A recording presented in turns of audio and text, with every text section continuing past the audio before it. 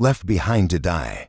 She thought it was over, then he gave her a reason to live. The crashed crimson sky of Vexus 9 painted everything in shades of rust and blood. As Jackson Reeves dragged himself from the smoking wreckage of his ship, his ribs screamed with each breath, and the taste of copper filled his mouth. The Stardrifter had been his home for 8 years now. It was nothing but twisted metal and shattered dreams scattered across the barren moonscape. "Damn bounty hunters," he muttered, spitting blood onto the orange sand. His military training kicked in automatically. Assess the situation, inventory resources, establish priorities. The fuel cells were fried, the hyperdrive was slag, and his long-range communicator had become an expensive paperweight. But he was alive, and that was more than he'd expected when those consortium cruisers had cornered him in the asteroid field. Jackson had been running contrab and medical supplies to the outer colonies, nothing dangerous, just antibiotics and surgical equipment that the consortium had deemed strategically restricted. People were dying out there while bureaucrats counted credits, and he'd made it his business to even the odds. It had been a good run until someone tipped off the authorities. The prison moon stretched endlessly before him, a wasteland of crystalline formations and ancient ruins. Vexus 9 was where the galaxy sent its unwanted political dissidents, failed experiments, anyone who'd crossed the wrong people. The thin atmosphere would keep him alive for maybe a week without proper equipment, and the nearest shipping lane was light years away. He started walking toward what looked like a compound. In the distance, its dark silhouette promising shelter from the twin suns that would rise in a few hours. The gravity was lighter here, making each step feel like he was floating. But the oppressive weight of isolation pressed down on him harder than any planet's pull. The compound turned out to be an abandoned research facility, its blast doors hanging open like a mouth frozen mid-scream. Scorch marks decorated the walls, and the metallic smell of old violence hung in the recycled air. Jackson's engineers cataloged useful salvage, power cells, atmospheric processors, maybe even ship components if he was lucky. He was knee-deep in a pile of circuit boards when he heard a sound like grinding metal, mixed with something disturbingly organic. His hand instinctively moved to the plasma pistol at his hip as he followed the noise deeper into the facility's bowels. The source of the sound was in what had once been a medical bay. Banks of containment pods lined the walls, most of them cracked, open and empty, but one in the far corner still hummed with power, its occupant visible through the frosted transparistelle. She was beautiful in the way that broken things sometimes are, all sharp angles and curved lines that suggested both grace and violence. Her skin had a faint luminescent quality, marked with intricate patterns that looked like circuitry made flesh. What caught his attention weren't the obvious cybernetic implants along her spine, or the neural interface ports at her temples. It was the way she moved in her sleep, restless and pained, as if even unconsciousness offered no escape from whatever torment had been visited upon her. The nameplate on the pod read Subject Z7749 Zara. Below that, in smaller text, Biosynthetic Weapons Platform, Authorization Level, Maximum Security. Status, terminated, but she was clearly alive, her chest rising and falling in the pod's artificial atmosphere. Someone had intended her to die here, forgotten and alone. Jackson had seen enough horrors in his military days to recognize the handiwork of the hegemonies. Genetic engineers, they created weapons that looked like people, used them until they broke, then discarded them, like defective machinery. He'd sworn an oath once to protect innocence from such atrocities, an oath that had gotten him court-martialed when he'd refused to bomb a civilian shelter. His finger hovered over the pod's release mechanism. Opening it could mean his death weapons. Platforms were designed to kill, after all, but leaving her trapped meant complicity in whatever crime had put her here. The choice, when it came, felt inevitable. He pressed the release. First contact, pod's atmosphere hissed out in a rush of vapor that smelled like ozone and medical antiseptic. Zara's eyes snapped open immediately, not the gradual awakening of natural sleep, but the instant alertness of a predator. They were silver, those eyes, with pupils that dilated and contracted like camera apertures as they focused on Jackson's face. She moved like liquid death, flowing out of the pod with inhuman grace despite the obvious damage to her systems. Jackson barely had time to register the scarred wing stumps on her back before her hand was around his throat, lifting him off the ground with frightening ease. "Who sent you?" Her voice was a harmony of organic and synthetic tones, beautiful and terrible. "Which faction wants me back?" Jackson could have gone for his weapon, probably should have. Instead, he kept his hands visible and his voice calm. "Nobody sent me. My ship crashed. I'm just looking for salvage." Her grip tightened, and spots danced at the edges of his vision. Lies. They all lie. The hegemony, the consortium, even the so-called liberation movements. They promise freedom, then deliver chains. "I'm not with any of them," Jackson managed to rasp. "I'm a smuggler, independent operator. Check my ship's registry if you want proof what's left of it." Something in his tone must have reached her because she hesitated. Her silver eyes searched his face, and he realized she was scanning him somehow. Internal sensors analyzing his biometrics for deception. After a long moment, she released him and stepped back. "You're telling the truth," she said, surprise coloring her synthetic voice. "But that makes you either very brave or very stupid. Do you know what I am?" Jackson rubbed his throat, tasting blood where her fingers had pressed. "Biosynthetic weapons platform, according to your pod. But I've seen a lot of weapons in my time, and none of them ever asked questions before they fired." A bitter laugh escaped her lips.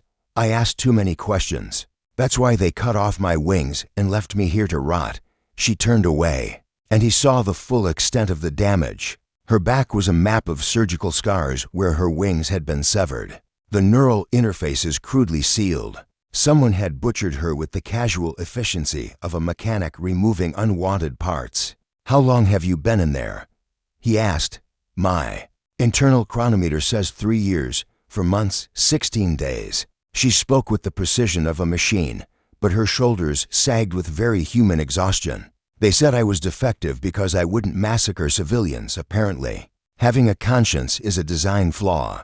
Jackson felt something twist in his chest, a familiar ache that came from recognizing a kindred spirit. "Join the club. That's exactly what got me drummed out of the military." She turned back to him, those silver eyes studying him with new interest. "You were a soldier, engineer corps, specialized in battlefield repairs and demolitions, until I refused to blow up a refugee camp." He gestured around the facility. "Now I run medical supplies to colonies the consortium has blacklisted. Or I did, until they shot down my ship for the first time since awakening." Zara's expression softened slightly. "A smuggler with a conscience. That's almost as oxymoronic as a pacifist weapon." "Maybe that's why we're both here," Jackson said. "The galaxy doesn't know what to do with square pegs like us."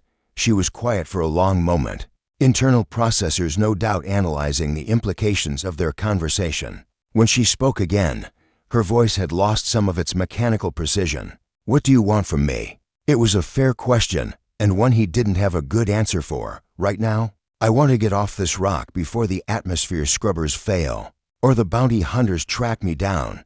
You want to stay in that pod forever, or would you like to see what's beyond these walls?" Zara looked back at the containment pod that had been her prison for over 3 years. "I can't fly anymore. They made sure of that. And my weapons systems are still active. I'm dangerous to be around." "Lady, I've been dangerous to be around since the day I was born," Jackson said with a grin that didn't quite hide the pain in his eyes. "Besides, I might be able to help with those wing stumps. I've rebuilt worse things than damaged flight systems." Healing workshop Jackson set up in the facility's old engineering bay looked like a madman's laboratory. Circuit boards, power cells, and salvaged metal components covered every available surface, while diagnostic equipment hummed with jury-rigged connections. He'd spent the better part of 2 days just getting the basic systems online, but the real challenge was sitting in the center of it all. Zara perched on a modified examination table, her shirt removed to give him access to the surgical sites on her back. The scars were even worse than he'd initially thought, jagged, infected wounds where her wings had been amputated with more cruelty than precision. The neural pathways were severed, but not destroyed, leaving phantom connections that must have caused her constant pain. "This is going to hurt," Jackson warned as he activated the neural probe. The original surgeons did a real hatchet job. They wanted to make sure you'd never fly again. But they didn't care if you suffered for it. Zara's hands gripped the table's edges, her knuckles white with tension. "I've been in pain for 3 years. A little more won't kill me." But as the probe made contact with her damaged neural pathways, she convulsed and cried out, not the controlled response of a weapons platform, but the raw anguish of someone who'd been holding back too much for too long. Jackson immediately pulled back. "We don't have to do this," he said gently. "You've survived this long without wings. Maybe no." Her voice was fierce, desperate. "I need to fly again. It's not just about mobility, it's about who I am. They tried to cut that away from me, but I won't let them win." Jackson nodded, understanding completely. He'd felt the same way when they'd stripped him of his rank and uniform, trying to erase everything he'd been. "Okay, but we do this right. No rushing, no shortcuts." Over the following days, they fell into a routine. Mornings were for medical procedures, carefully reconnecting severed neural pathways, grafting synthetic tissue to damaged areas, building the framework that would eventually support her new wings. Afternoons were for engineering work, as they collaborated on designing flight systems that could interface with her unique biology. It was during these quiet hours that they began to truly talk. Zara told him about her creation, how she'd been grown in a lab, programmed with tactical knowledge and combat reflexes, then sent to fight in proxy wars across the galaxy. She'd been designed to feel no empathy, no connection to the people. She was meant to kill, but something had gone wrong with her conditioning. "The first time they ordered me to eliminate a group of rebels, I discovered they were just farmers," she said, her fingers tracing patterns on a wing strut they were building. "Children playing in the fields while their parents worked. I couldn't do it. I reported the intelligence as faulty and requested new orders. What happened? They sent me back with a handler to ensure compliance. When I still refused, they decided I was defective." Her voice hardened. "The handler tried to activate my pain protocols to force obedience. I killed him. Then I ran." Jackson looked up from the neural interface he was calibrating. "How many did you save?" The question seemed to surprise her. "What? Those farmers?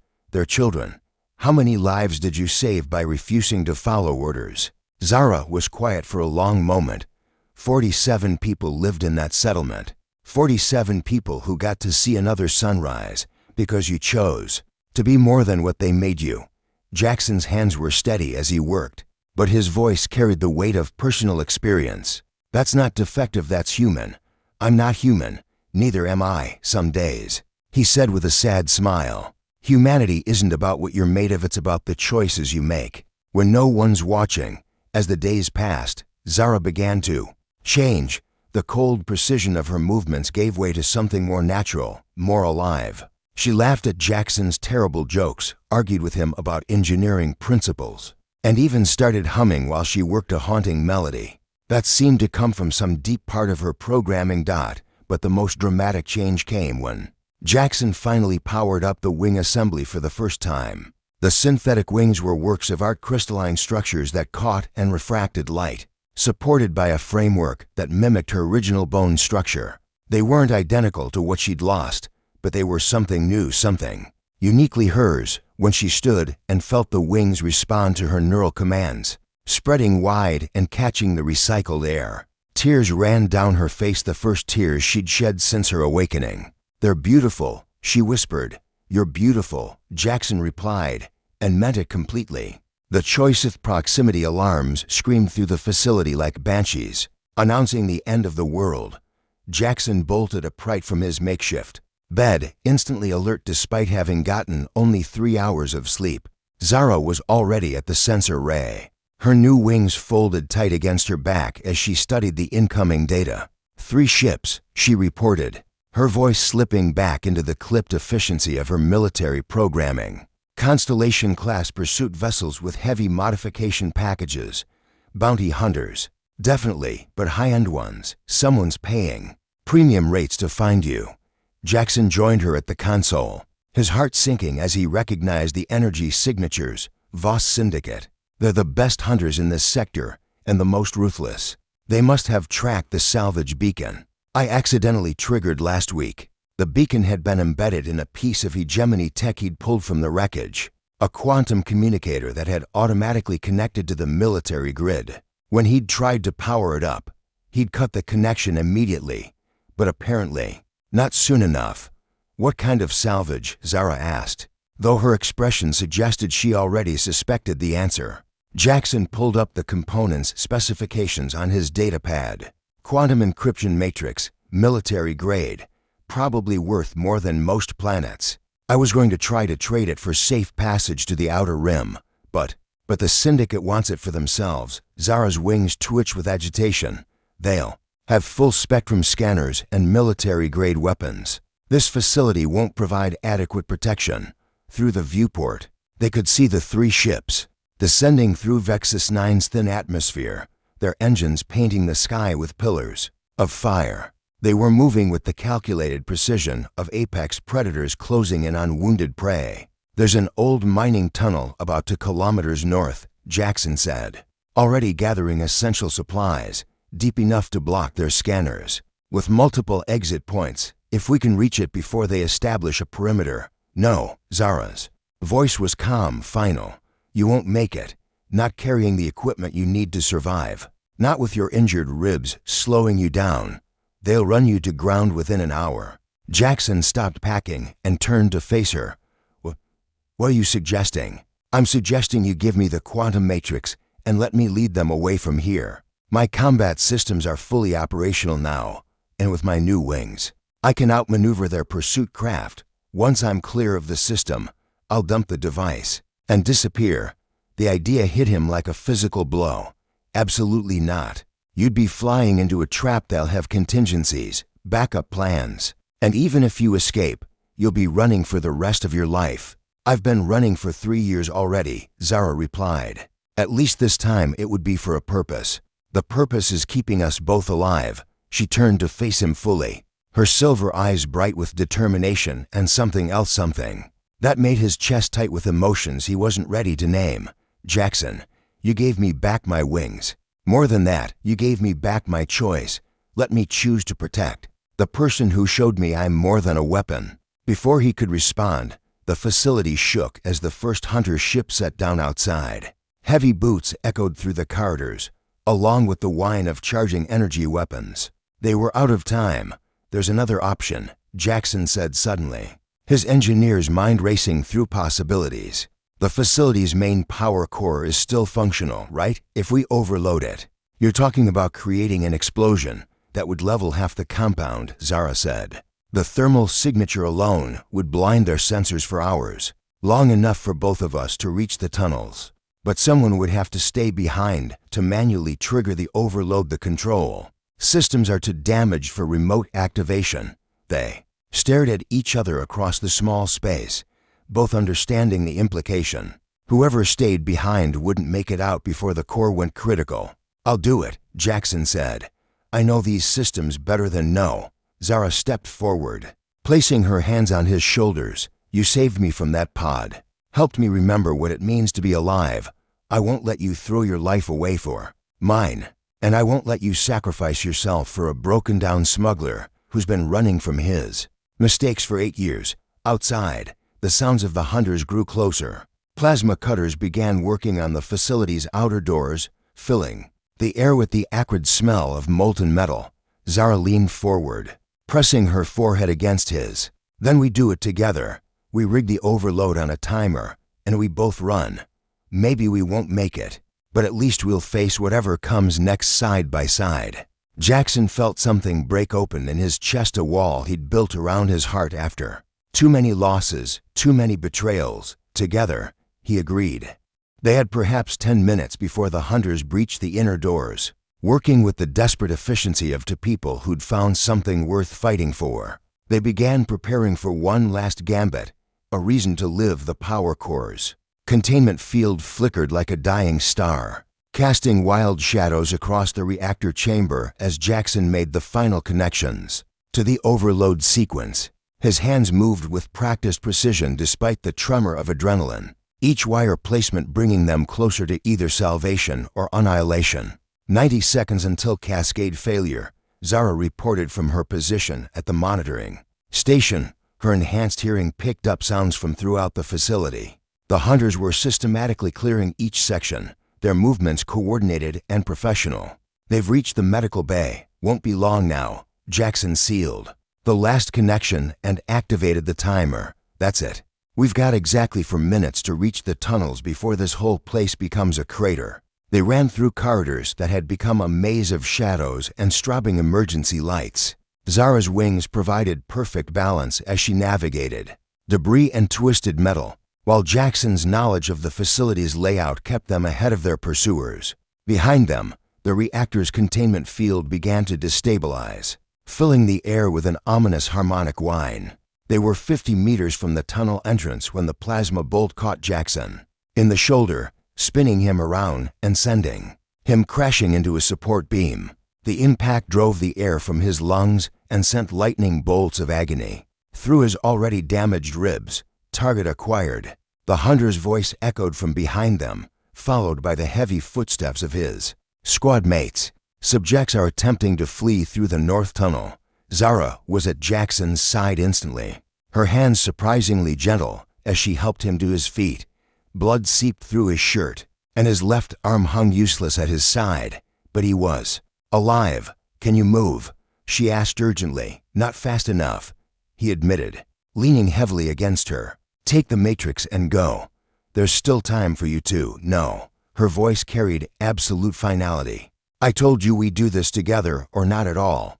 Before he could protest, she wrapped her arms around him, her wings spreading wide. The synthetic flight surfaces caught the air with a sound like crystalline chimes, and suddenly they were airborne, soaring through the tunnel entrance just as the first hunter rounded the corner behind them. The tunnel system was a labyrinth carved from living rock, its walls studded with abandoned mining equipment and emergency lighting that had failed decades ago. Zara navigated by echolocation and infrared sensors, her wings adjusting constantly to the changing air currents. Jackson had never experienced flight like this, not the mechanical thrust of ship engines, but something organic, almost alive. 2 minutes to cascade failure. Zara said, her voice tight with concentration. We need to reach the surface before the shockwave collapses these tunnels. But even as she spoke, Jackson could feel her strength flagging. The improvised wings were magnificent, but they were also prototypes, drawing heavily on her internal power systems. Carrying his weight in addition to her own was pushing her beyond safe operational limits. You're overheating, he observed, feeling the warmth building in her synthetic tissues. Your cooling systems can't handle this much load. I can manage, she insisted. But her flight pattern was becoming erratic, her movements less precise. They emerged from the tunnel system onto a plateau overlooking the facility. Just as the reactor core went critical, the explosion lit up the night like a newborn sun, a pillar of fire and energy that reached toward the stars before collapsing back on itself. The shockwave followed seconds later, a wall of superheated air that would have incinerated anyone. Still inside the compound, Zara managed to set them down gently before her wings finally failed, the synthetic structures folding against her back as her power systems automatically shut down non-essential functions. She collapsed to her knees, her breathing labored and her skin pale with exhaustion. Are you all right? Jackson asked, ignoring his own pain as he knelt beside her. Power levels critical, she replied automatically, then caught herself. I'm tired, really tired, but I'm okay. In the distance, they could see the hunter ships retreating, their sensors useless in the aftermath of the explosion. The Voss Syndicate might be the best in the business, but even they couldn't track targets through a nuclear-scale detonation. They'll be back, Zara said, following his gaze. Once the radiation clears, they'll return with better equipment. Then we'd better be gone by then. Jackson managed a weak smile. I know someone who owes me a favor, captain of a freight hauler named the Wandering Star. If we can reach the emergency beacon I stashed near the crash site, we might be able to call for extraction. Zara was quiet for a long moment, staring at the fading glow of the destroyed facility. What happens after that? Where do we go? It was a fair question, and one Jackson had been asking himself since the moment he'd opened her containment pod. "I don't know," he admitted, "but I know where I don't want to go, and that's anywhere without you." She turned to look at him, her silver eyes reflecting the dying fire on the horizon. "You realize what you're saying. I'm a fugitive, a failed weapon with a price on her head. Anyone who helps me becomes a target. I've been a target most of my adult life," Jackson replied. At least now I'd have good company. For the first time since he'd known her, Zara smiled, not the calculated expression of a sophisticated machine, but something genuine and unguarded and utterly human. "When I was in that pod, dreaming my synthetic dreams, I thought my story was over. I thought I'd die forgotten and alone. Another failed experiment in the hegemony's vast catalog of discarded weapons." She reached for his hand, her fingers intertwining with his. "But you didn't see a weapon when you looked at me. You saw someone worth saving." "I saw someone who'd already saved herself," Jackson corrected. "I just helped with the repairs." As the twin suns of the Vexus system began to rise, painting the sky in shades of gold and amber, they sat together on the plateau overlooking their destroyed past. Somewhere in the distance, a ship was coming to take them to an uncertain future. But for the first time in years, neither of them was afraid. "I was ready to die in that pod," Zara whispered, her head resting against his shoulder. "But you gave me a reason to live." "You gave me one too," Jackson replied, and meant it with every fiber of his being. Together, they watched the sunrise, paint the world in colors of hope and possibility, to broken souls who had found in each other the strength to heal. The galaxy was vast and dangerous, full of people who would hunt them for what they'd done and who they were. But they would face those dangers together, and that made all the difference. In the end, that's what humanity truly meant, not the species you were born as, but the choice to stand with someone else against the darkness. And in that choice, they had found something worth fighting for, worth living for, worth becoming more than the sum of their damaged parts. The future stretched before them, uncertain but no longer empty. And for the first time in their lives, that was enough.